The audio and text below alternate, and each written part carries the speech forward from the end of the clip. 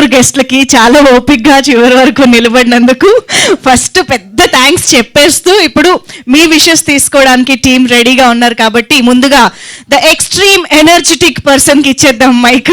So Trinatha Rao గారు మాట్లాడతారు. Thanks అండి, లాస్ట్కి ఇచ్చారు మైక్. తమ్ముళ్ళు, ఇది అన్యాయం తమ్ముళ్ళు. జనరల్గా ఏదైనా ఫంక్షన్ అయితే ఫస్ట్ గెస్ట్లు మాట్లాడేసి వెళ్ళిపోయి లాస్ట్ యూనిట్ మెంబర్స్ ఉంటారు.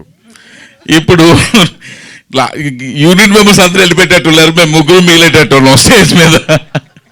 అలాంటి సిచ్యువేషన్లు క్రియేట్ చేశారు. Great. First of all media వాళ్ళకి అందరికీ కూడా నా నమస్కారాలు. Very happy.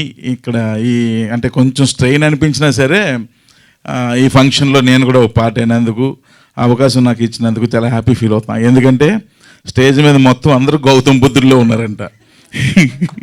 మొత్తం అందరూ ఇక్కడ చిన్న పెద్ద తేడా లేదా, అబ్బాయిలు తమ్ముళ్ళు అందరూ గౌతమ్ బుద్ధుడులు అంట. డైరెక్టర్ నుంచి ప్రొడ్యూసర్ నుంచి ఫాదర్ దగ్గర నుంచి ఇంకెవరు సోగాళ్ళు అందరూ గౌతమ్ బుద్ధుడులే.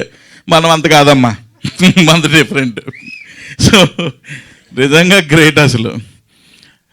అండ్ స్పెషల్గా నాకు అందరి విన్న తర్వాత నాకు బాగా నచ్చింది ఏంటంటే మా హీరో కాన్ఫిడెన్స్ సినిమా మీద. చాలా కాన్ఫిడెంట్గా మాట్లాడాడు. అంటే మాట్లాడడం, నేను కాన్ఫిడెంట్గా మాట్లాడడం వేరు, నా సినిమా గురించి కాన్ఫిడెంట్గా మాట్లాడడం వేరు. నాకు ఆ రెండో పార్ట్ బాగా నచ్చింది. ఎప్పుడు కూడా యాజ్ ఎ ఫిల్మ్ మేకర్స్గా మనం ఫిల్మ్ తీసిన తర్వాత మన సినిమా మీద మనకు ఎంత కాన్ఫిడెన్స్ ఉందో మనం చెప్పాలి. మనకే కాన్ఫిడెన్స్ లేకపోతే టికెట్ కొన్ని కాన్ఫిడెంట్గా ఎందుకు వస్తాడు ఆడియను? సో కాబట్టి మనం డెఫినెట్గా మనం తీసిన ఫిల్మ్ మీద మన కాన్ఫిడెన్స్ ఉండాలి, మనం కాన్ఫిడెంట్గా చెప్పాలి. సో అది తను చాలా బాగా చెప్పాడు, నాకు చాలా బాగా మంచిగా అనిపించింది. ఇంకోటి దాని తోడు ఆయన వాయిస్ ఒకటి మంచి రోబో సినిమాలాగా ఉంది, అసలు మామూలు లేదు. అది కూడా పర్ఫెక్ట్గా ఉంది. ఆయన ఒక ఐరన్ మ్యాన్ లాగా ఉన్నాడు.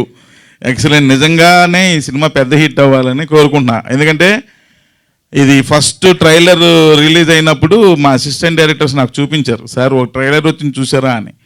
చూసి ఏందిరా మరి ఇంకో అర్జున్ రెడ్డి దిగాడా అనుకున్నా. ఎవరి అర్జున్ రెడ్డి అని అనుకున్నాను నేను. అనుకున్న తర్వాత బ్రహ్మానందం గారును ఈయన ఒక వీడియో ఏదో చూశాను.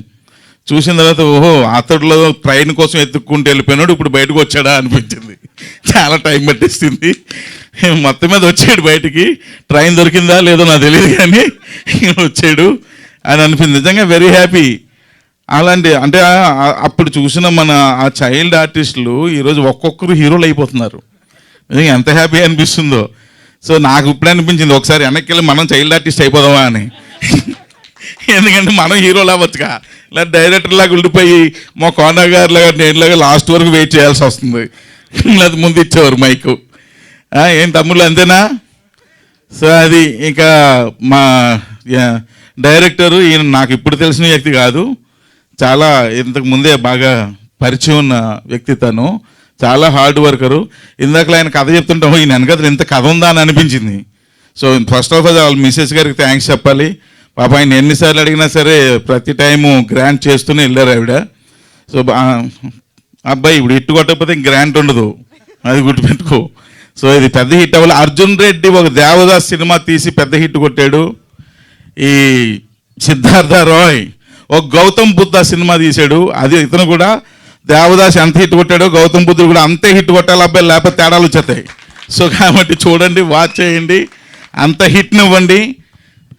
దీనివల్ల చాలామందికి ఇక్కడ లైఫ్స్ ఉన్నాయి. ఎందుకంటే ఇక్కడ మొహాలు అందరూ చూస్తుంటే లైఫ్ కోసం చాలా ఆకలిగా ఎదురు చూస్తున్న ఫేస్లే కనిపిస్తున్నాయి ఇక్కడ అందరూ కూడాను. ఈ left side batch, right side ఫుల్గా సెటిల్డ్ అయిపోయిన బ్యాచ్ కనిపిస్తున్నారు. ఇవాళ అక్కర్లేదు. మా బ్యాచ్ చూడండి, నెలకు వచ్చే జీతాల కోసం ఎదురు చూస్తున్న ఫేస్లు. అదిగో 1 2 3 4. అమ్మా మా బాలాజీ గారు ఎక్సలెంట్ లిరిక్ రైటరు. చాలా థ్యాంక్స్ వచ్చా. మళ్ళీ చాలా రోజుల తర్వాత మిమ్మల్ని చూస్తున్నాను, వెరీ హ్యాపీ సార్. సో తమ్ముళ్ళు చూడాలి, సిద్ధార్థ రాయని కూడా బాగా చూడాలి. And at the same time మా Praveen Pudi is my first ఫిల్మ్కి ఎడిటరు.